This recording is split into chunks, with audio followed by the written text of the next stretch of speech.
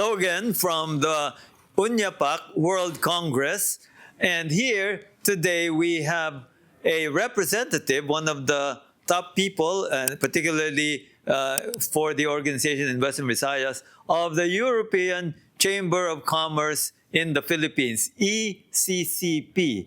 And we have here today Joe Bantiling to engage us, to tell us about not just what the ECCP is doing, but in particular, and this is a key connection, ECCP and the European business sector engaging the Philippines, the UNIAPAC being actually based in Europe and founded in Europe. So greetings, Joe. Yeah, good morning, and it's a pleasure and honor to be with you.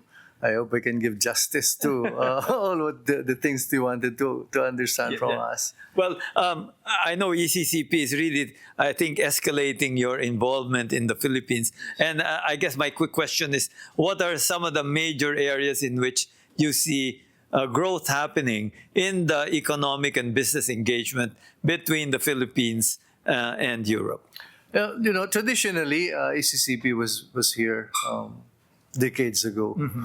And in fact, ECCP or the EU has the fourth largest foreign direct investments in the Philippines. Mm-hmm. And we have big brands actually operating business in the Philippines. And it's kind of, there's a lot of connections between EU and Philippines. Maybe EU has found the Philippines as the right market for them as well. The cooperation between government to government and ECCP provides a platform for the private sectors to help them navigate how to run operations in the Philippines. So we are a community actually of European business, and Filipino businesses interested with the EU market. Now, one of the key thrusts that I know the European sector is looking into is energy, yung mga renewables, and what directions do you see there for European companies in the Philippines? Yes, the EU is very big in renewable energy. The advocacy of environment friendly, the renewable, sustainable energy is very big in EU. In fact, they're really promoting it. There's a lot of opportunity for the EU market for the Philippines because the Philippines now into it. In fact, the EU has a project in Western Visayas, particularly in Iloilo for the EV or the electric vehicle. Oh, I see. The BRT. The EU has given that has funded the study for that, and we are already this coming November 8th. I think it's 28th, October 28th. There will be a memorandum of agreement officially making Iloilo as partner. So yes, the EU and the Philippines has a big potential for collaborations for green energy. Yeah. The area also that the Philippines wants to boost is particular agricultural production, both on the raw production side and in the processing of our agricultural produce. Again, these are maybe an area where the EU might see itself be more involved. Yes, that's why I think that both governments are promoting the FTA, the free trade agreement, after the GSP plus. And then agriculture is one of the sector, and the innovative solutions, for agriculture and its byproducts, and eventually the processing of these goods. There are a lot of fund coming in also, even in Mindanao, for this initiative, trying to help understand how the modern way of agriculture is, how to keep the goods and how to process it. And these are innovations that the Philippines would really enjoy on this initiative of the EU. And most of this are really funding coming from the EU. Now, one other area that we need some help with, quite a lot of help, is our education sector.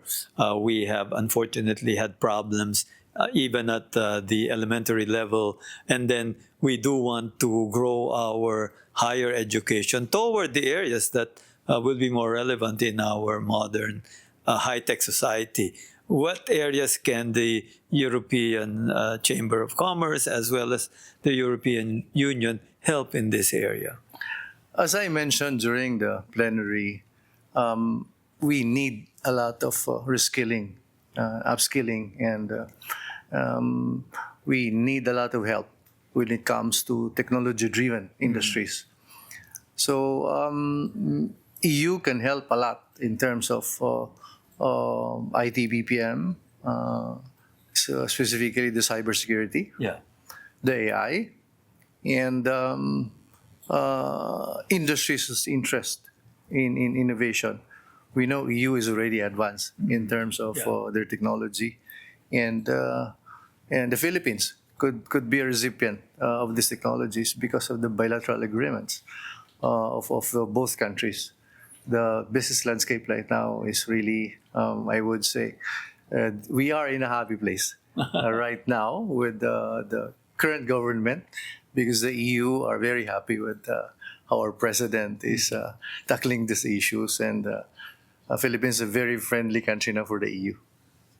The other area that may be worth looking at is in the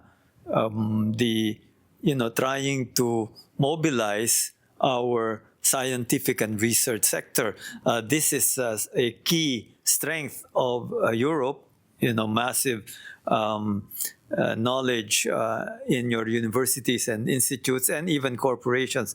What would be the growth area there between the Philippines and Europe? In pharmaceutical industry, there's a lot of talks about it. And Europe is very advanced when it comes to pharmaceutical. And they're bringing technologies in here. And there are a lot of pharmaceutical companies that is already engaged in the Philippines. And they are putting up research laboratories that would help also. And they have identified Philippines as a center also for this research laboratories. And we know how advanced EU when it comes also to technology-driven in medical equipments, like that of Bosch, Siemens, etc. Honestly, they are still the best, maybe. EU is still the best in terms of medical technologies. Yeah. One other area, and it's the final area I guess we can look at, tourism.